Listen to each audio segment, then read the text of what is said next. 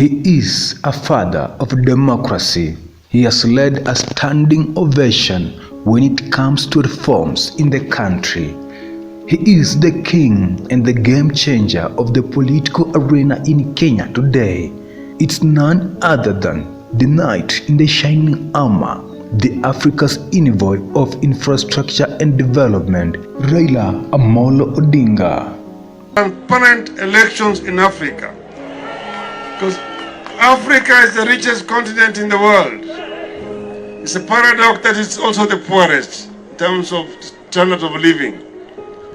Africa will be built by the African people, making use of the enormous human resource that we have and natural resources of Africa.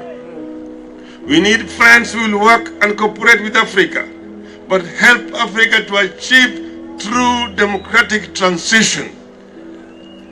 Rigged elections will not help Africa. They help to perpetuate dictatorship and mediocrity on our continent. He was born in 1945, a son of the late first Vice President of Kenya, Jaramogi Oginga Odinga and Mary Ajuma.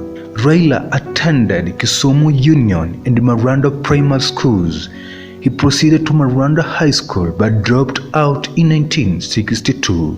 Later, he joined Herder Institute, a part of the philological faculty at the University of Leipzig in East Germany. He received a scholarship in 1965 that enabled him to go to technical school, Magbach Otto von Querich University.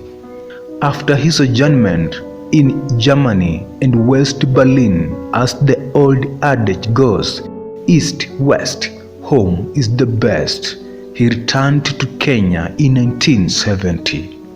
1 year later, he was appointed the Group Standards Manager of the Kenya Bureau of Standards and promoted to Deputy Director in 1978, a position he served until 1982.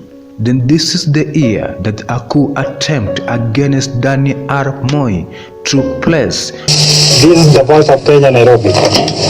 Time now is 12 minutes past 6. You are hereby informed that everybody is requested to stay at home.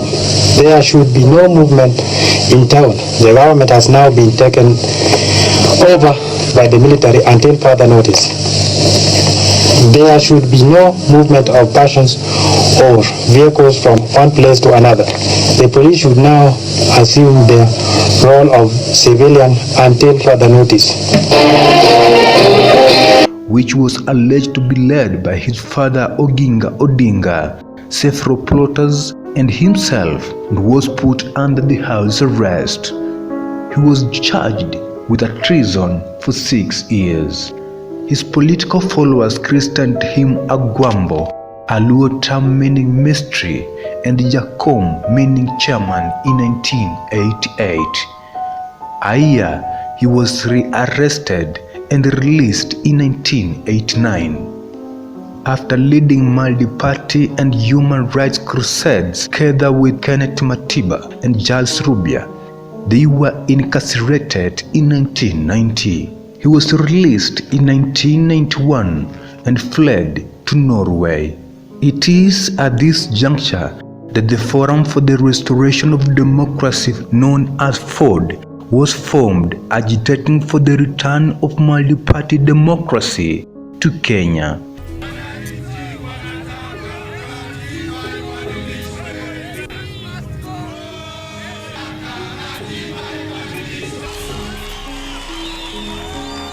Tukitaka kuimarisha chama cha KANU lazima tuangalie kwamba tunasafisha, na kusafisha sio kusema kusafisha na kuna FORD ndani yake, ili tuone hawa walio katika siasa, wale walio watumishi wa serikali, tuondoe ile section ya katiba ya Kenya ya 2A. FORD was led by Jaramogi Oginga Odinga, however split to FORD Kenya led by Oginga Odinga and FORD Asili led by Kenneth Matiba. I want you to pay 350 and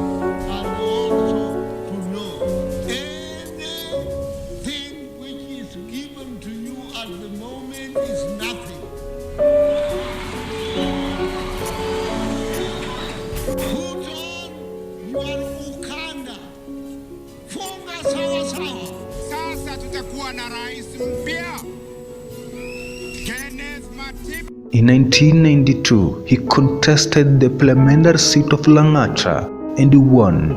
In 1994, unfortunately, his father died, and Michael Wamalwa Kijana succeeded his father as Ford Kenya's chairman. Like paying homage to his father, he went ahead and challenged Wamalwa party leadership. From now on, I have resigned from being the umpire of Ford Kenya. We'll have another go. We are not giving up. The party is still there. The constitution has not been suspended. The neck is still there. We'll have another go at another election. Wamalwa Kijana is no longer chairman of Ford Kenya. Okay? Ford Kenya is now going from henceforth to be led by a caretaker committee. But elections were marred with controversy and resigned from the party to form National Development Party. He entered the presidential quest in 1997 and emerged the third, but retained his parliamentary seat of Lang'ata. Kenyans were all wide agape after he made a surprise move to Kano and accepted the position of Energy Minister in Moi's cabinet from 2001 to 2002.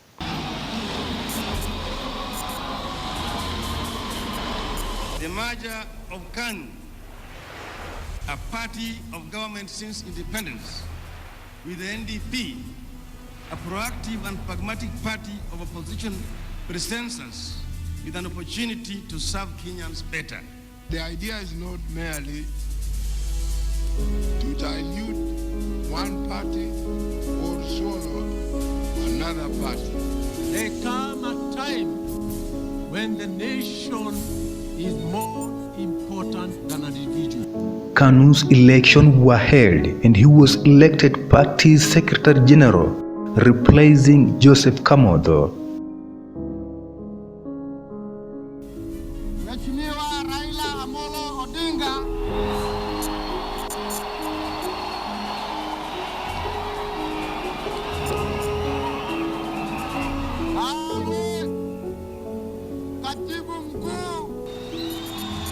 Much to the chagrin of Odinga and many other hopefuls in the party, Moi endorsed Uhuru Kenyatta as his successor.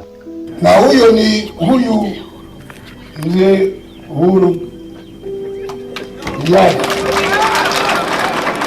Raila Amollo Odinga, together with George Saitoti, Kalonzo Musyoka, Musalia Mudavadi, fled the party and teamed up with National Alliance Party to form National Rainbow Coalition. We have negotiated, we have gone through very difficult process of negotiations. I know many of our friends may not have been happy with what we have been doing. We have been called names. We have been told that we will not get anywhere. But I want to say that those prophets of doom have now been proved wrong. Rainbow and NAC are today in the same democratic boat. Today, we are gathering to cement our unity ahead of victory. This is the ultimate solution to the removal of Moi from power and the casting to the bushes of his so-called project. This initiative was inspired by one burning desire by the Kenyans to see a united democratic front within the opposition that can rid this country of authoritarian rule and restore democracy to our motherland.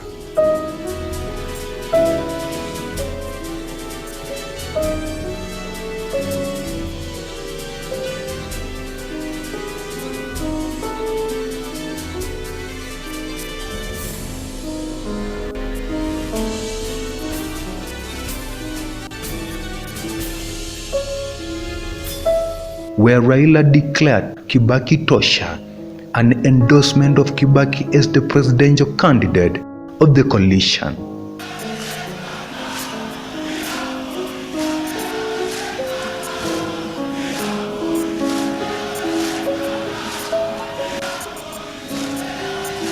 Raila fallout with Kibaki after cabinet ministers were not appointed from his party, but instead NARC and opposition party KANU. In a result, when Kibaki formed a constitution committee to consolidate presidential powers and weaken regional governments, Raila and his NTB colleagues marshaled people all over Kenya, whereby 7 provinces, embarrassingly for Kibaki, voted no. Disgusted, Kibaki swept away the whole cabinet after 2 weeks, whereby Odinga and his NTB colleagues were left out. In accordance with the powers conferred upon me under the Constitution of Kenya, I have directed that the offices of all ministers and all assistant ministers become vacant. It is then when ODM was born. He was elected by its delegates as the presidential candidate in 2007 elections. Controversial elections ended up with Kibaki as the presidential elect, which caused 2000 post-election violence. Many Kenyans were murdered, properties destroyed, and buildings burned down. This awful scene attracted the attention of the UN, who intrigued to make peace amongst the divided nation. Kofi Annan, who was the Secretary of the United Nations, came to Kenya and found 2 antagonistic party leaders and talked to them. The disagreed parties agreed, and the ODM with Raila Odinga was handed a position of the Prime Minister.